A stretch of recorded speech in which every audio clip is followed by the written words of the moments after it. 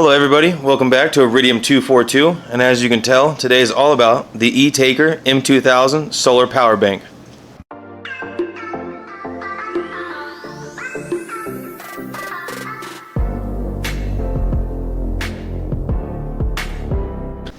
Alright guys, welcome back. As you can tell, this power bank is going to be a little bit bigger and a little bit different than the one we did last week. Last week was more for my budget preppers. This one this week is going to be more for the higher end. If you got some money to spend and you want to make sure that you have a solid power bank with you at all times. Let's go ahead and get this thing unboxed. I'm going to go ahead and just snap to it and take it out and have it on the counter for you. It's a lot of packaging in here. They packaged it up real nice, a lot of foam. So, alright, let's get to it. And just like that, here you go. This thing is an absolute unit of a power bank.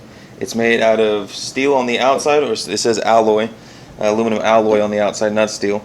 So it has a metal case all the way around. It has an amazing front display on it. There you go. Tells you how much it's in there right now. I've been using this already for 2 days in the computer room, and this thing actually blows my other Blue Yeti out of the water. On the front here, we do have a bunch of smaller ports. So we have 4 USB ports, 2.4 amp and 60 watts, and then of course we have the USB type C. They'll have nice little covers. You turn them on individually. Whether you want AC, DC, doesn't matter. And then of course we have our regular 110 outlets on the bottom. 2, 4, and 6. Got 6 of these bad boys. And then we have all of our charging options. Well, there's a cigarette lighter, but here's your solar power charging options, as well as the other options like from that other solar bank that we had last week. Those ones that folded open with a stand on the side. That would be, it comes with both ways to charge this. It comes with their standard way, and then it also comes with the little kit that it came with all the little adapters. Get to the back side. This is going to be your wall outlet and your AC extended outlet. So that's for you to plug in directly to the wall to charge it instead of having to do solar panels or any other form. Let me tell you, this thing is not light. This is a heavy unit right here. And she is outperformed, like I was saying, the Blue Yeti that I have usually in there. The one, not the small one that I have out here. I might grab it real quick and put it a side-by-side comparison for you. Let's get into the product specifications of it. Let's get right into the specifications so you guys know exactly what this thing is capable of doing, or at least what they say that it's capable of doing. Alright, the model number for this is the M2000 by E-Taker. Battery capacity is 2008.8 watt hours, 32.4 volts, or 62 amp hours. The size of it's going to be 355 by 258 by 216 millimeters. So it is still a pretty small power bank here for how much it's able to put out. AC input is 90 to 130 volts at 50 hertz or 60 hertz. The AC charging input is going to be 1200 watt max, so that's going to be the input in the back where you can plug into the wall. It takes 1200 watts max to charge this thing. Solar charging input is going to be 1000 watt max. Wind turbine input is going to be 1000 watt max as well. Car charging, it's going to be 36 to 40 volts at 1000 watt max. So all the outputs are going to be the 2 USBs, the 2 USB type Cs. We got the DC output, we got 2 of those. That's going to be 12 volt or 6 amps. You got the car lighter output, which is going to be 12 volt, 12 amps. AC output, it's going to be the inverter mode. It's going to be 2000 watts or a surge of 4000 watt max at 120 volts, 60 hertz. The AC output bypass mode is going to be 1600 watt max, surge at a 4000 watt max, 120 volts by 60 hertz. And then the lighting is going to be, well, there's a light bar on the back. That's what they mean by the lighting. It has a little light bar right here.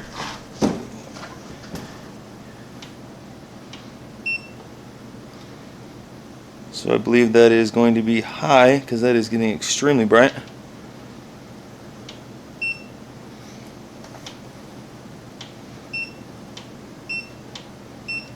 I guess it just has really one setting, just super bright. That thing is really bright. So it says it has 4 different modes on that. Actually, it says low 5 watts, high is 10 watts, SOS, and a flash. So I'm gonna have to figure out how to get this working. Oh, there we go. You just tap it There's your SO, or there's your flash. There's your going to be high or low. That was low. This is high. And of course your SOS. That's pretty nifty. It says the working temperature is going to be negative 30 degrees Celsius through 40 degrees Celsius. Of course, we're going to put that up on the screen right there. It says dedicated thermal storage bag. It takes time for the battery to warm up. Note, solar panel, wind turbine, and car charging inputs share the XT60 interface. Not quite sure what that part means, but with how well this unit works, I really don't care at this point. This thing is absolutely amazing. Let me go ahead and grab the other Blue Eddy that I was comparing it to and go ahead and throw it on the counter next to it, and we'll get a good side-by-side comparison for that. Alright, this is the Blue Eddy I was referring to. This one is dead at the moment because once it died and I got this one, I just haven't gotten back yet. This one is just amazing right here. Even though it is half the size, this is 1,000 watts, this is a 2,000 watt. I don't think it's the longevity that does it for me, because it does it over twice as long when I use this one. It's almost 3 times as long. The charge rate's a lot faster, but this isn't the only unit that they've sent me. Let me throw the other stuff up here on the bench that they threw my way, and it's part of a whole kit. Alright, this is the rest of the stuff they sent me. These are all the cables. So this is obviously going to be the standard solar connectors. It's going to hook up to the solar panel, and then obviously, like we're using last week with the small solar panel, this is going to plug in right here. Boom, bink, and there you go. Now you can do your solar charging. It comes with another one of these, as well as you can charge it through a car lighter. So you can hook this up to your vehicle, plug it right in your vehicle's cigarette lighter. Not this one, obviously. You can plug this in your vehicle's cigarette lighter, and then plug this in the same exact spot. You can charge it from your vehicle. But they went one step above that, because it takes so long for the 5 amps and 12 volts to charge something this big, that's 2,000 watts out of just your cigarette lighter. So they sent me a fast charger. This fast charger hooks directly up to your alternator. Okay, so you're getting juice straight from the source. And on most of these new cars, it's all protected already by fuses and everything. But they send you more fuses. They send you the vehicle mounted fast charger, F1000. And it comes with everything that's necessary to get this going, including an inline fuse. So not only does your car going to have fuses for controlling the battery management system, but this thing comes with an extra set of fuses as well, in line with the fast charger. There's the fuse right there itself. There's the other side of it. So as you can tell, this is going to be the solar power hookup. This is some nice thick gauge cable. Let's see what size this is. Yeah, this is some thick stuff here. I like that. I like that. And then of course, not quite sure what this one's for actually. So this big thick one is going to be going from your fast charger. Oh, that's going to be your output. That's going to hook into the front of your battery bank, and this is some 12 gauge wire. This is some pretty thick stuff, which I like that. I like that they want to make sure that there's not going to be any fire hazard. And this one's going to hook up to your alternator. There's your inline fuse. Hook the other side of your positive up to it. Throw your negative to the ground somewhere in your vehicle. This is going to come on the other side as the input. Oops, sorry. The other side as the input to the inverter. But there's also a third way. You can do a standard output. So I can charge this big 2,000 watt and my 1,000 watt Blue Eddy off of just this. That will make things a lot faster. You don't have to run your car nearly as much to be able to get it fully charged on your power banks, and it's going to be a lot quicker and easier on your on these power banks as well. You can probably just take a drive. I'm going to assume it's only going to take the same amount of time as a wall charger would, which is, I think 1 hour is 1 hour is 70%, 2 hours is full, 100%. Completely topped off, and once it gets to 80%, it slows down the charging to make sure that it puts as much in those batteries and those cells that it can, because this does have a BMS, a battery management system inside of it. It's pretty darn smart. It shuts off when it's too hot, shuts off when it's too cold, overload, underload. It does everything that you would think a battery management system should do. We're going to go ahead and hook this up to the Jeep. I'm going to show you guys how to install it. We're going to get it charging on this, on the new E-Taker 2000, and hopefully get you guys informed a little bit. And if you guys got some money to spend on something like this, good for you. If not, don't worry about it. Last week I did a budget one. This week I'm doing one that's going to be a little bit more expensive for somebody that has a little bit more money to spend. Either way, we got you covered. Alright, let's get outside and get this bad boy hooked up. Alright guys, now there's a few different ways we can do this. We can hook this straight up to the alternator, which is something I'm not really looking to do here. I'd rather hook it straight to the battery, even though it is capable of hooking straight to your alternator. I was doing some reading on this, and this is pretty smart with its management system, is because if your battery drops below 12 volts, it's going to immediately cut itself off to protect your car. It takes it as a secondary, is what this is, and it knows when you're moving. So it has a vibration detector in there, a sensor of some sort that knows when there's vibration, so it knows when you're driving, so it knows when to kick on. There's a few different other features in there I might read off here in a minute to you, but I'm going to show you how to hook this thing up and get it going. Of course, it also has some wire loom, which is really rare to see stuff come with nowadays. You feed the wires through this that are inside your engine bay so they don't get, you know, damaged or harmed in any way. It makes it a lot easier, and it makes it really protected here.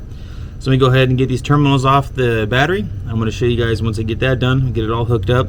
I'm not going to route it through the firewall and put it inside the car because I'm not going to use it on the Jeep. I don't see any foreseeable circumstance where I'm going to need it. If I do need it, I'll hook it up when I'm out there in the wild or something, if I really do need to charge it that quickly. But I have plenty of solar panels, so if I'm going out somewhere and I'm taking a battery bank, I highly doubt I'm going to take that 2000 watt because I don't use that much by myself. But if I ever needed to, I could just hook it straight back up. It's just 2 connections right at the battery terminal, fairly easy. I will be using a set of channel locks today, not to bring back my old plumbing days, but I lent my socket kit out to a good buddy of mine that hasn't quite come back yet. So, all right, let's get to it. So here we have it all hooked up. You got your negative, got your positive, which runs into the inline fuse. It has a washer, then a lock washer above it, and then of course the top nut. And these wires are pretty long. I can almost run these into the back of the Jeep if I went through the firewall.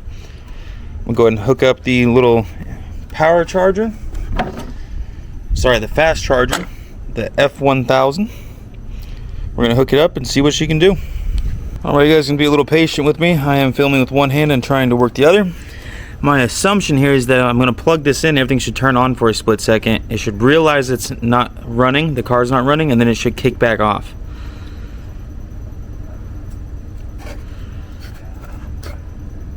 There he goes. It ran for a second and kicked back off just as I thought. Has 3 different modes. Has 300 watts, 400 watts, and 500 watts, which is pretty impressive, to be honest with you. That's a lot of power. Yeah, it knows the car's off. Let's go ahead and kick the car back on and see if she turns on. All right, with the Jeep running, now you can turn it on to the different modes. The 3, 4, or 500 watt. Leave it there and it'll kick on. I don't have anything pulling power from it right now, so it should shut off pretty quickly. Or maybe not. Maybe it's gonna stay on for me. All right, now that we got this side working, let's go ahead and plug in the output, which earlier I got that a little bit wrong. You have your solar input on this side, you have your car input, and then you have your one output. So I cannot do 2 banks at once. This is made just for one bank. Let's plug our output into it. The output's in, and let's grab the power bank. Okay, now we have everything working. Everything's hooked up. It's plugged into the charger F1000. F1000. It's on. It's on the 500 watt. Now let's plug it into the bank. So right now it says it's at 47%. There's no input and there's no output.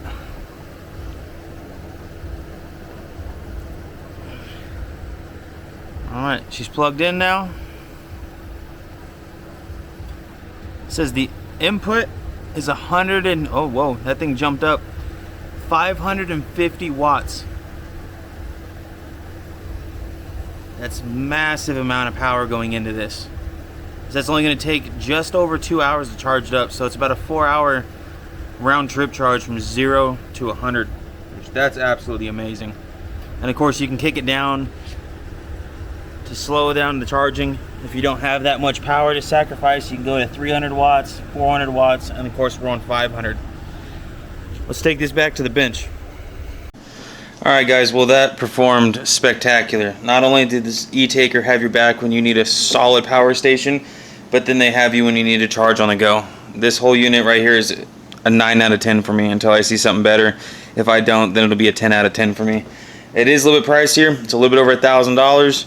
I will have the link down in the description. And as always, don't forget to check out theridium242.com. All of our affiliates down there, the Thrive Life, the Freeze Dried Wholesalers, Jace Medical, Money Metal Exchange Kits, all of them down there. They help keep the show running. They help keep us going.